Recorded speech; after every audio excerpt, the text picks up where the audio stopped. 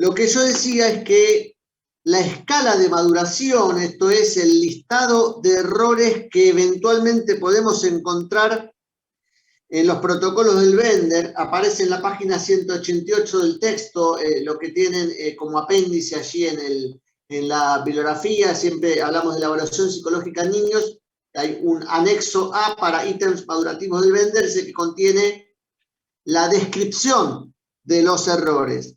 A veces los alumnos preguntan, bueno, pero profesor, ¿la misma escala se aplica a todas las edades? ¿Qué se les ocurre? ¿La misma escala se aplica a todas las edades? Yo creería que no. Igual recuerdo que cuando hice lo del manejo eran las mismas imágenes que mostraste ahí recién vos. Se No, pero supone que las que mostraste Facundo, recién vos. sí, pero Sí. Facundo, espera, una cosa son las tarjetas y otra cosa es la Ah, escala de ok. maduración, la escala de errores. Sí, las tarjetas son siempre las mismas en todas las administraciones. Puede ser que a vos te hayan tomado menos tarjetas. Yo recuerdo que a mí cuando me lo administraron no hice las 9, pero eso es un error del evaluador, porque la realidad es que el test de Bender implica administrar el conjunto de las 9 tarjetas. Ahí es un error del evaluador. Pero la pregunta apuntaba a otra cosa. La escala de errores, o sea, la escala de maduración, es la misma para todas las edades. Y ustedes dirán, pero ¿cómo? ¿A un chico de 6 se le aplica la misma escala de errores posibles que a uno de 12? Sí, porque después no te olvides que el puntaje bruto que obtenés lo llevas al baremo. Y el baremo sí tiene en cuenta la edad. Entonces, repito esto, la escala de errores que aparece allí en las páginas 188 y 189, en donde te dice qué errores podés encontrar en cada tarjeta, aplica para todas las edades. Sea que estés evaluando a un chico de 6, 7, 11 o 12, no importa. Y vos decís, ¿pero es la misma exigencia? Sí, porque lo que vos nominás después es la cantidad de errores, pero al ir al baremo, vos vas a buscar qué percentil le corresponde a ese puntaje bruto, ahí sí teniendo en cuenta la edad. O sea, no importa que la escala de moderación sea la misma a pesar de que las edades son muy distintas. Lo que sí importa es que cuando transformás el puntaje bruto tenés que tener en cuenta la edad. Entonces, obviamente, los chicos de 6 años y 7 años suelen tener 8, 10, 12 errores, mientras que los más grandecitos, los de 11 o 12, suelen tener 0, 1 o 2 errores. Obviamente que a mayor edad, menor puntaje bruto, porque el puntaje bruto está determinado por la cantidad de errores. Pero como nunca interpretás el puntaje bruto, ese puntaje que obtuviste lo tenés que llevar al baremo. Y ahí sí tenés que comparar el rendimiento con la edad, porque si vos estás evaluando a un chico de 6 años, tuvo 8 errores, vas a la tabla y buscas en la columna de 12 años, obviamente te va a dar un percentil bajísimo. ¿Por qué? Porque a la edad de 12 años la media es otra. Entonces, si vos, el protocolo de un pibe de 6 que te dio 7 errores, vas a la tabla y buscas el puntaje bruto 7 en la columna de los pibes de 12 años, obviamente te va a dar que es un desastre el rendimiento. En realidad buscaste mal vos el dato. Ahora, si ese mismo puntaje que obtuvo ese chico que estás evaluando que tiene 6 años, lo buscas en la columna de los pibes de su edad, capaz que te da un percentil 50, porque está más o menos en el término medio de errores. ¿Se entiende lo que digo? La escala de maduración la aplicás a todas esas edades. De la misma manera, el criterio objetivo para puntuar el error es el mismo, no importa la edad del chico, pero sí importa la edad del chico cuando después de haber obtenido el puntaje bruto vas al baremo. Entonces ahí sí. El puntaje bruto, ya dije, es igual a la cantidad de errores entonces encontrados. Ahora vamos a ver el baremo del Bender y después ya página 178. A ver. No, ese es el de Fetch. En la página 225 del texto tienen el baremo. Fíjense el baremo cómo es.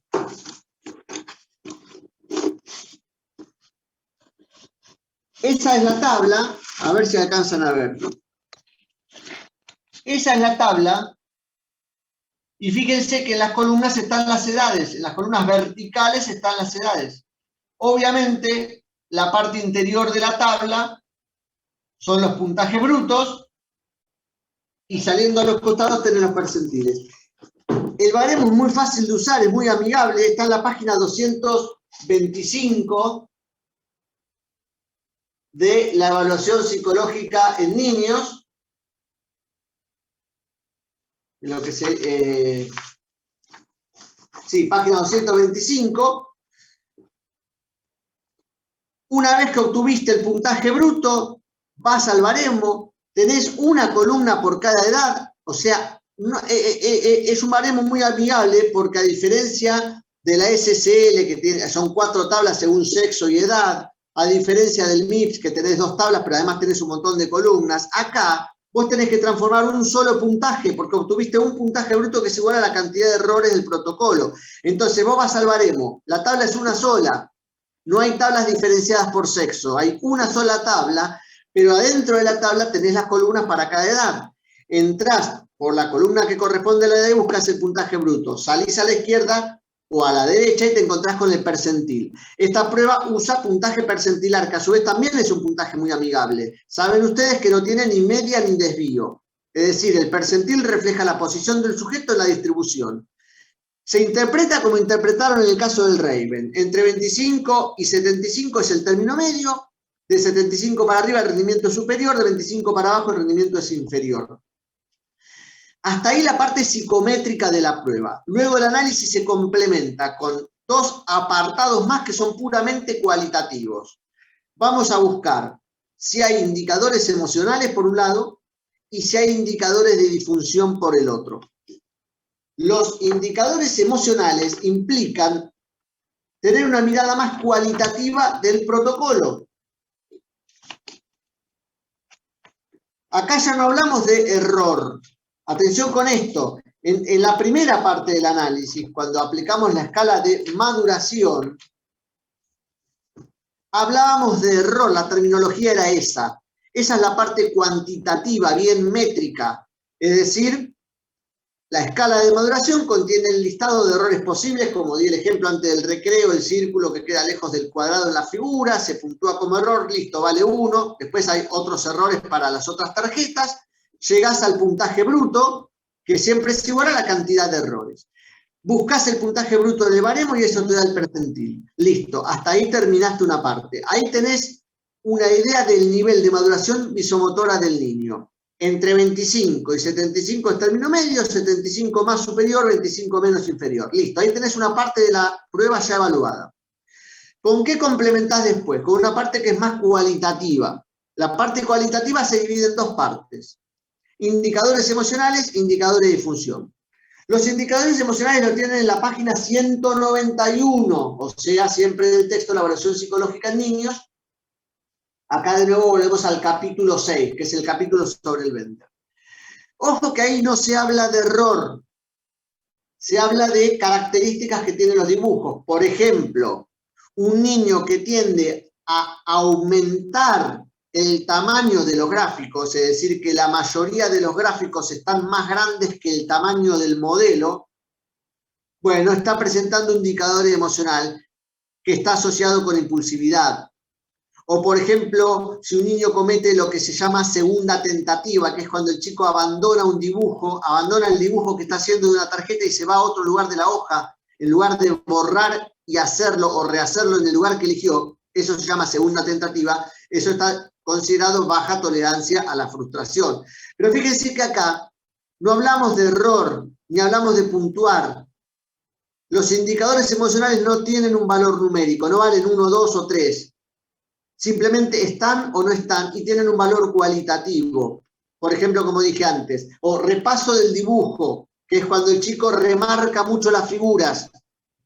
Esto es independiente de la parte de análisis que ya hicimos, ¿se entiende? O sea, el primer análisis, que es el cómputo de los errores, ya quedó atrás. Y esto es otra cosa, esto es una mirada más cualitativa que tenés del protocolo. En total, se mencionan 12 indicadores emocionales. Y repito, no se habla de errores, se habla de características que tienen los dibujos y que están asociadas a características emocionales. En realidad no hay mucho para indagar acá. La verdad es que son 12 nada más, y si ustedes los leen, hay varios indicadores que van para el lado de timidez y retraimiento, y otros indicadores más para el lado de impulsividad o baja tolerancia a la frustración. Por ejemplo, si un chico achica mucho los dibujos, o sea, los hace mucho más pequeños que el original, eso va a ser indicador de timidez. Si el trazo es muy fino, que casi no se ve, no se marca la hoja, eso va a ser timidez o retraimiento. En cambio, si agranda las figuras, si remarca, van a ser indicadores de impulsividad o segunda tentativa, como dije antes. Es decir, uno tiene que repasar cada uno de los indicadores, ver si el indicador está presente y en ese caso ver con qué está asociado. No vamos a encontrar indicadores de trastornos. O sea, acá no se usa esa terminología, se usa la terminología indicador emocional. Entonces hablamos de tendencia a la timidez, tendencia a la impulsividad. Hay que ser muy cuidadoso, porque a veces los alumnos cometían el error de poner en un informe, el niño es impulsivo. A ver, ¿por qué es impulsivo? Resulta que el alumno decía, mirá, acá en el círculo remarcó, como el libro dice, repaso el dibujo, es indicador de impulsividad. Está bien, pero no alcanza con que haya remarcado un poquito. Tiene que ser una remarcación que aparece como en todo el protocolo. O sea, una cosa es que un chico repase un poquito una figura para mejorarla, y otra cosa es un repaso de todas las figuras, ¿se entiende lo que digo? Eso uno lo va, con la experiencia de puntuar protocolos, lo va limando, digamos. Pero acá la mirada es más cualitativa, también es más subjetiva, también es más difícil de puntuar esta parte, porque lo otro es una medición más objetiva. Y por último, el análisis de los indicadores de disfunción, que implica, y acá termina el análisis completo del protocolo, implica tomar los errores que ya puntuaste en la escala de maduración, ¿sí? Por ejemplo, falla en la integración, que es el error que dice que el círculo quedó lejos del cuadrado en la figura A, y lo que te dice el manual es a partir de qué edad es significativo, que podría ser considerado o asociado con una lesión. Pero como la prueba es una prueba de screening, no es diagnóstica, no hay que cometer el error de suponer que hay una lesión por más que haya indicadores. Este era un clásico, o sea, quiero decir, este era un error típico de los alumnos en las cursadas presenciales cuando puntuaban el Venter, que encontraban un indicador significativo para la edad y decían lesión cerebral. No, ¿por qué? Porque no es diagnóstica la prueba. Entonces, ustedes tienen que entender que la prueba es una prueba de screening. Ante la ausencia de indicadores podés descartar que haya una disfunción.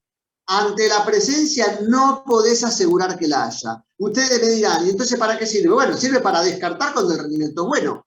Es como cuando con la SSL ustedes encontraban puntajes bajos que podían descartar algo grueso. ¿Se entiende lo que digo? Esta es una prueba de screening. Por más que te encuentres con un montón de indicadores de disfunción, no podés asegurar que haya una disfunción.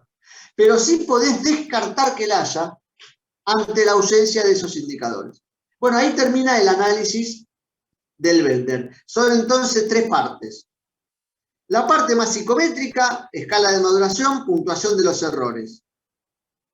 Obtención del puntaje bruto. Transformación a percentil considerando la edad, sin cometer el error de buscar el puntaje bruto de un pibe en la columna que le corresponde a otra edad, porque ahí lo estás matando probablemente. Entonces, obtenés el percentil, eso te permite tener una idea del nivel de maduración visomotora. Luego complementás el análisis con indicadores emocionales, buscando características y viendo... podés encontrarte con un protocolo que no tiene indicadores emocionales, tranquilamente, puede pasar. Puede pasar que no haya indicadores. Los alumnos siempre tratan de buscar alguno, pero puede pasar que no lo haya. Y por último, indicadores de disfunción. En el caso en el que hayas puntuado errores, lo que tenés que analizar es cualitativamente ese error, que si es significativo o no, y eso te lo da la edad. Es decir, sobre la base de los errores puntuados, el manual te dice qué error es significativo, digamos, a partir de qué edad ese error es o no significativo. Esto no implica cambiar nada de lo que puntuaste antes. Lo que puntuaste hasta acá está bien, pero esto es algo complementario y cualitativo. Si encontrás muchos indicadores de disfunción, bueno, claramente no podés descartar que la haya. Entonces, quizá tengas que hacer una intervención que implique buscar una prueba diagnóstica. Ahí termina el análisis del Bender. Bueno, ¿alguna pregunta, alguna duda? Y si no, pasamos al DFH, tratando de ser un poquito más breves. Porque algunas cosas son parecidas del DFH respecto del Bender. ¿Alguna duda, alguna pregunta? Se está escuchando bien, ¿no? Claudia, Patricia, que las tengo con cámara encendida, levántenme el pulgar. Ahí está. Bueno, vamos al DFH. Hay algunas cosas que son similares, aunque se trata de una prueba diferente. El DFH lo tienen en la página 123 del libro. Es el capítulo 5 de la evaluación psicológica en niños. Así que acuérdense, en el campus, bibliografía, trabajo práctico, niños, hoja de ruta, semanas 9 y 10. Capítulo 5, es el segundo archivo que aparece ahí en la lista. En la página 123 del manual. Bueno, a ver, vamos con las cosas que son...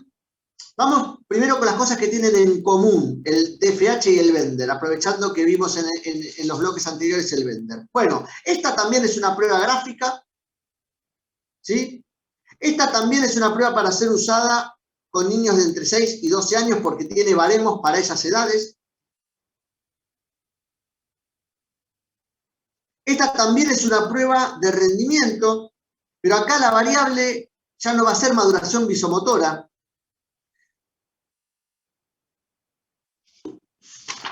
La tarea, si bien es una tarea gráfica, es de una naturaleza diferente a la del Bender. La tarea consiste en pedirle al niño o niña que realice 3 gráficos. Se lo vamos a pedir de a uno por vez. Le vamos a pedir que dibuje un hombre, le vamos a pedir que dibuje a una mujer y después le vamos a pedir que se dibuje a sí mismo o a sí misma. Vamos a trabajar con una hoja tamaño oficio. Atención con esto. En el Bender se usan hojas A4, pero en el caso del DFH se usa una hoja oficio. Vamos a suponer que esta fuera la hoja oficio. La hoja oficio hay que doblarla en 2 y formar un librito con 4 carillas. Repito, se usa una hoja oficio, no una hoja A4. Y esta que tengo en la mano es una hoja A4, no importa. Pero quiero explicarles lo siguiente. El manual dice que hay que doblar la hoja oficio en 2 y te quedan 4 carillas, ¿no? La tapa, las 2 caras internas y la contratapa. Entonces, en la primera hoja de este librito le vas a pedir el primer dibujo, en la segunda le vas a pedir el segundo dibujo, en la tercera le pedís el tercer dibujo y en la contratapa no va a dibujar nada, es decir, que esa hoja va a quedar en blanco. La consigna de administración está en la página 133. Corre lo mismo que para el Bender en cuanto a que, al ser una prueba de rendimiento, hay que tratar de alentar al niño a que tenga el mejor rendimiento posible. Como dijimos antes, acuérdense la pregunta de Claudia, si hay que encararlo más como un juego, como una evaluación, sin que se transforme en una cosa desagradable para el chico. Es importante tener claro que vos necesitás que el chico realice figuras lo más completas posibles, porque la hipótesis que subyace al análisis que vamos a hacer de las figuras es que a mayor completud de la figura, mayor nivel de maduración. Entonces, si un chico te dibuja una figura muy pobre, a la que le faltan muchas partes importantes del cuerpo humano, el rendimiento va a ser bajo. Y si el chico dibujó una figura pobre porque no tenía ganas de dibujar, es un problema. Entonces, en estas pruebas siempre es importante motivar, estimular a que el chico haga lo mejor de sí. Después, obviamente, que el niño es un ser humano y te puedes encontrar con un chico que trabaja sin ponerle mucha voluntad. Y es un problema. Si ustedes me dicen, ¿y cómo haces para darte cuenta que el rendimiento fue bajo porque él no tenía ganas de dibujar? Y la verdad es un desafío, a veces no te das cuenta, a veces es difícil darse cuenta, en realidad hay gestos, hay una observación que hay que hacer. Por eso digo, lo ideal es que el chico se siente a hacer los dibujos en un día normal para él, en el que está con ganas, que no lo está sacando de algo muy agradable para él, porque por ahí viene el mal humor. A mayor completud de la figura, mayor nivel de maduración, Sol. Porque vos le vas a pedir que haga 3 dibujos y después los vas a tener que evaluar. La estructura de la prueba del análisis es parecida al Bender. Primero hay una parte más psicométrica de puntuación del protocolo y luego hay una parte más cualitativa en donde buscas indicadores emocionales e indicadores de disfunción. Ahora vamos a ver las 3 partes. Voy a ser un poco más breve que con el Bender porque me sirvió haber explicado el Bender antes y algunas cosas medio que se repiten. Tengan en cuenta que Bender y DFH no son pruebas equivalentes. No está bien pensar que son equivalentes. Evalúan cosas distintas. Fíjense la consigna del test del DFH. Te voy a pedir que hagas 3 dibujos.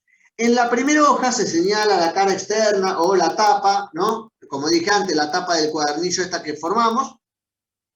Quiero que dibujes un hombre. Trata de hacerlo lo mejor que puedas, toma todo el tiempo que quieras. Dibujar la persona entera, no solamente la cabeza y los hombros. Esa es la consigna que está en la página 133. Entonces le das la hoja doblada en 2. El chico tiene el lápiz, tiene la goma, o sea, hasta ahí los materiales del Bender serían los mismos, salvo por la hoja. Dibuja el hombre. Una vez que terminó, abrís el cuadernillo y en la primera de estas carillas le pedís que dibuje una mujer. Entonces en la página 134 está la consigna. Quiero que aquí dibujes una mujer, hacerla lo mejor que pueda, dibujar a la mujer entera, no solamente la cabeza y los hombros. Bueno. Una vez que termina el segundo dibujo, o sea, el de la mujer, se le dice, ahora vas a dibujar a alguien que conoces muy bien, quiero que hagas un dibujo de vos mismo o vos misma, entero o entera, no solamente tu cara y hombros, sino todo tu cuerpo. Así el tercer dibujo es un dibujo en donde el niño se dibuja a sí mismo. En definitiva, ¿qué hiciste? Le pediste 3 gráficos. El dibujo de un hombre, el dibujo de una mujer y el dibujo de sí mismo o sí misma. Fíjense que en el caso del hombre y de la mujer, la consigna pide que trate de hacerlo lo mejor que puedas. Es lo mismo que pasa con el Bender. Vieron que en el Bender se le decía, tratá de copiar la figura lo mejor que puedas, y yo les dije, es importante ser respetuoso de esa parte de la consigna, porque se trata de una prueba de rendimiento, y lo que uno busca es que el chico copie lo mejor que pueda. Bueno, esto es lo mismo. Vos no le tenés que decir, dibujá una persona. Listo, como diciendo, hacé como quieras la persona. Esa sería una consigna más abierta, más propia de una técnica proyectiva. En esta materia, esta prueba supone, a posteriori de la administración, la evaluación del gráfico, considerando que a mayor completud, mayor nivel de maduración. Entonces, como esa es la hipótesis, vos tenés que tratar de que el chico haga una figura completa, obviamente, según sus posibilidades. Pero si vos no lo alentás y el chico hace una figura pobre, el percentil va a terminar siendo bajo, así como en el Bender había que alentarlo a que copie la figura lo más parecido posible. Por eso en la consigna se le dice, tratá de hacerlo lo mejor que puedas, toma todo el tiempo que quieras, porque un error muy frecuente que puede cometer un examinador o examinadora es no decirle que tiene tiempo libre. Y entonces el chico por ahí se siente apurado, porque se trata de una situación de evaluación, y termina haciendo un dibujo pobre por hacerlo en poco tiempo. En realidad, no es tan importante cuánto tarda, lo importante es que logre figuras completas. El acento está puesto en el logro de la figura más que en el tiempo. Obviamente, si para hacer una figura está 45 minutos, bueno, llamaría la atención. Pero lo que quiero transmitirles es que no hay que poner el acento en el tiempo. Él tiene tiempo de hacer las figuras lo más completas posibles. Una vez que terminaste con los gráficos, que le pediste los 3 gráficos, te llevas el protocolo a tu casa. La estructura para la puntuación es parecida a la del Bender. Es parecida a la del Bender. En cuanto a que en la primera parte del análisis vas a tener que aplicarle la escala de maduración. ¿A qué dibujo? Al primero. Es decir, se puntúa el primero de los 3 dibujos. Ustedes dirán, ¿y para qué se piden 3? Para la parte cualitativa. Pero repito entonces la estructura del análisis.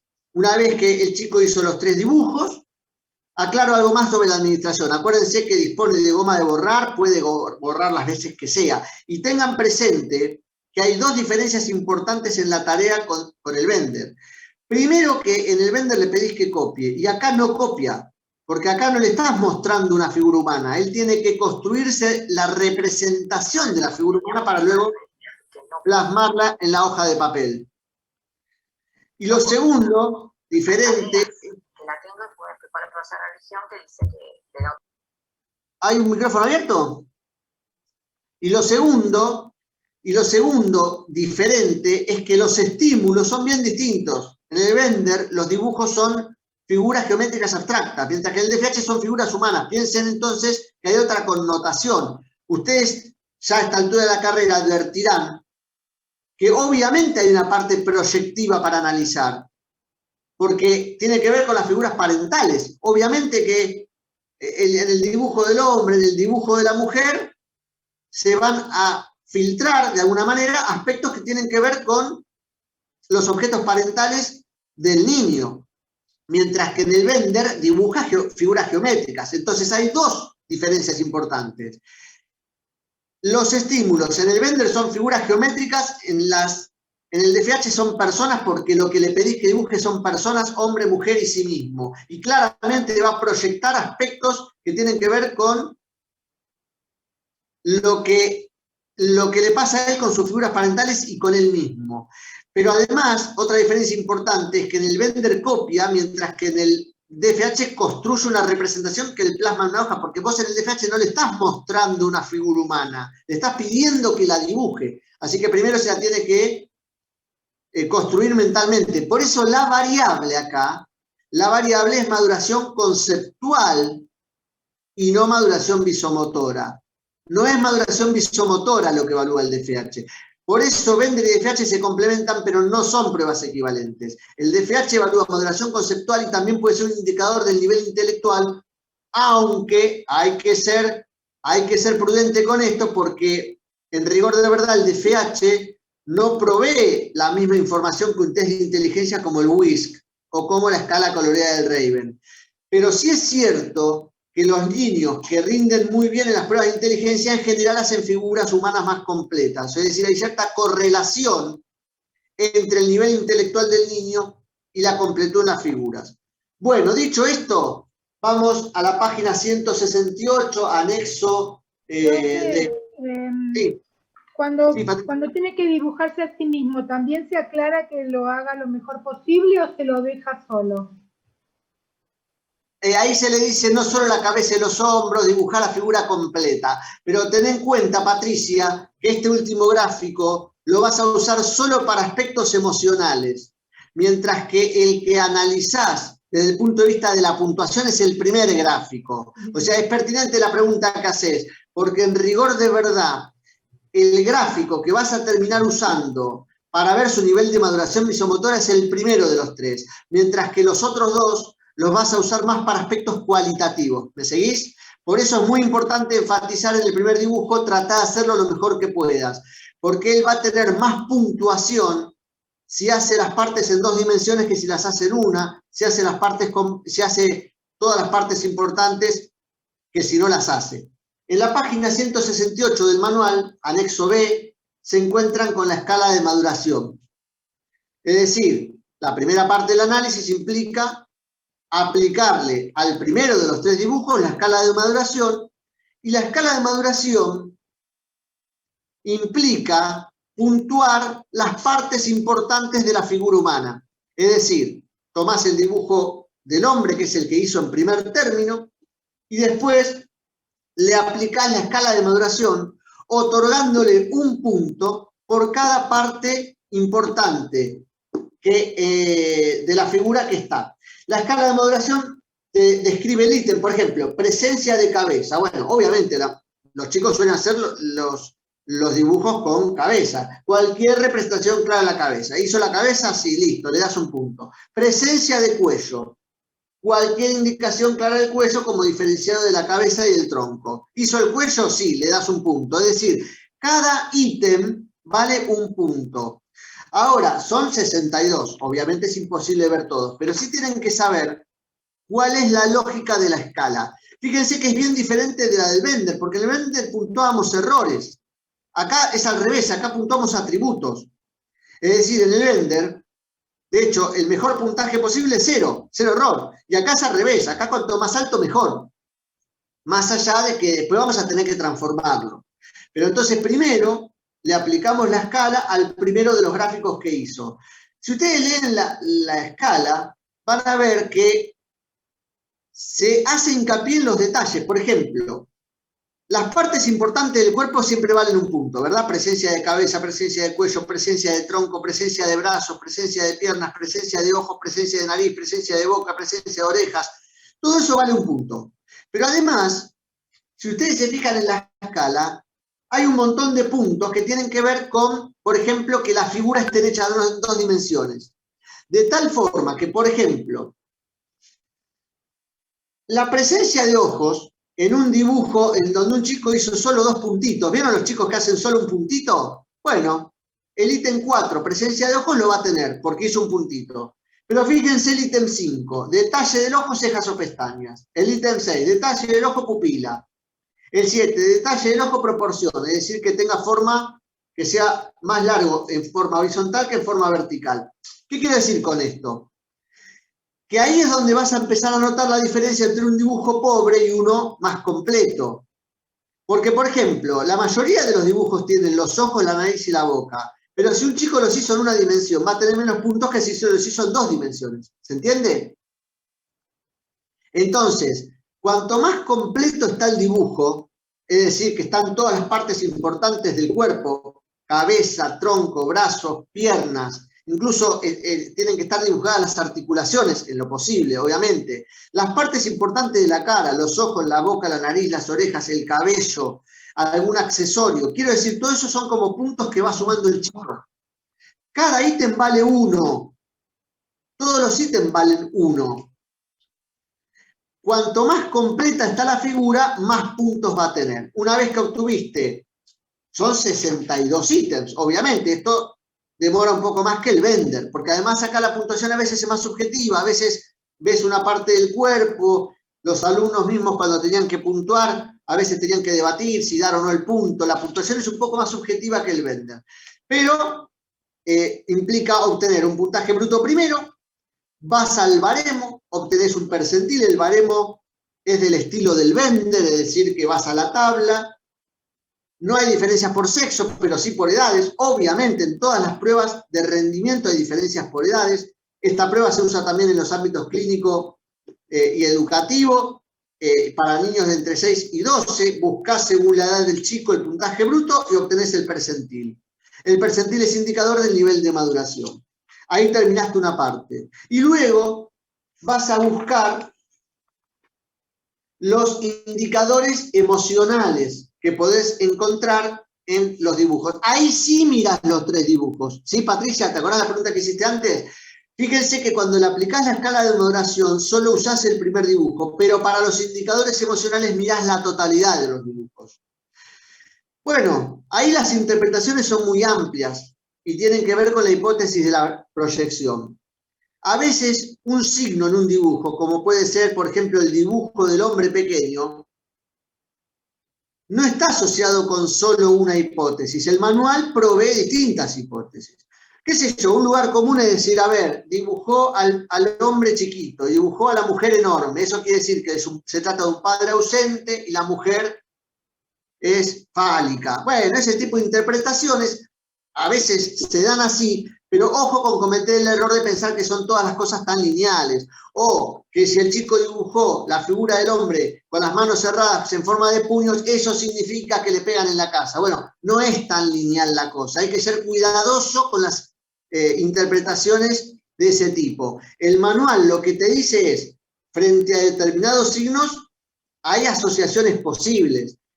La presencia de dientes es un indicador de agresividad, por ejemplo. La presencia de puños también, pero no siempre es tan fácil saber cuál es la interpretación correcta, ¿me siguen? Porque este es el mismo laburo que cuando hay que interpretar un sueño, por ejemplo, que hay un signo que tiene un significado, pero a veces no es tan fácil dilucidar cuál es.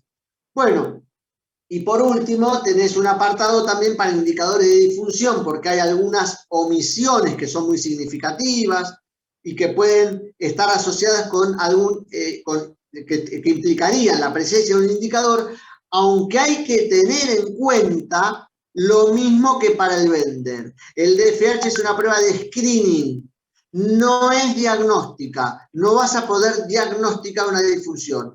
Vas a poder descartar que haya algo grueso si el rendimiento es bueno y no hay indicadores, o vas a tener que hilar fino con una prueba diagnóstica si encontrás indicadores. ¿Entiende?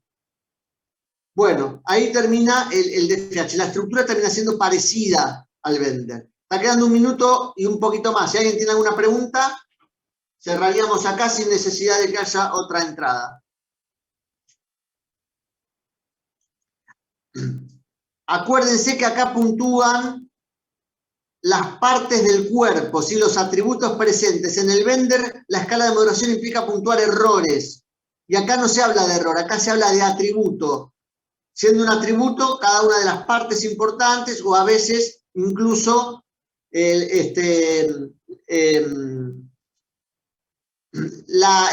hecho de que sea correlativa el tamaño de las partes, por ejemplo, los brazos en relación al tronco, las piernas en relación al tronco, los brazos en relación a la cabeza.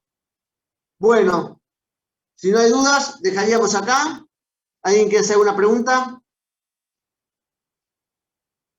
¿Se escuchó bien, no? ¿Se estuvo escuchando bien hasta el final? La proporcionalidad entre las partes también se puntúa, esa es la palabra que me faltaba. Las partes importantes y la proporcionalidad entre las partes. Bueno, dejamos acá, nos vemos el martes. El martes van a estar recibiendo por mail la nota, ¿sí? Y después nos encontramos en la clase, obviamente. Cualquier cosa se comunican a través del correo electrónico. Nos vemos el martes.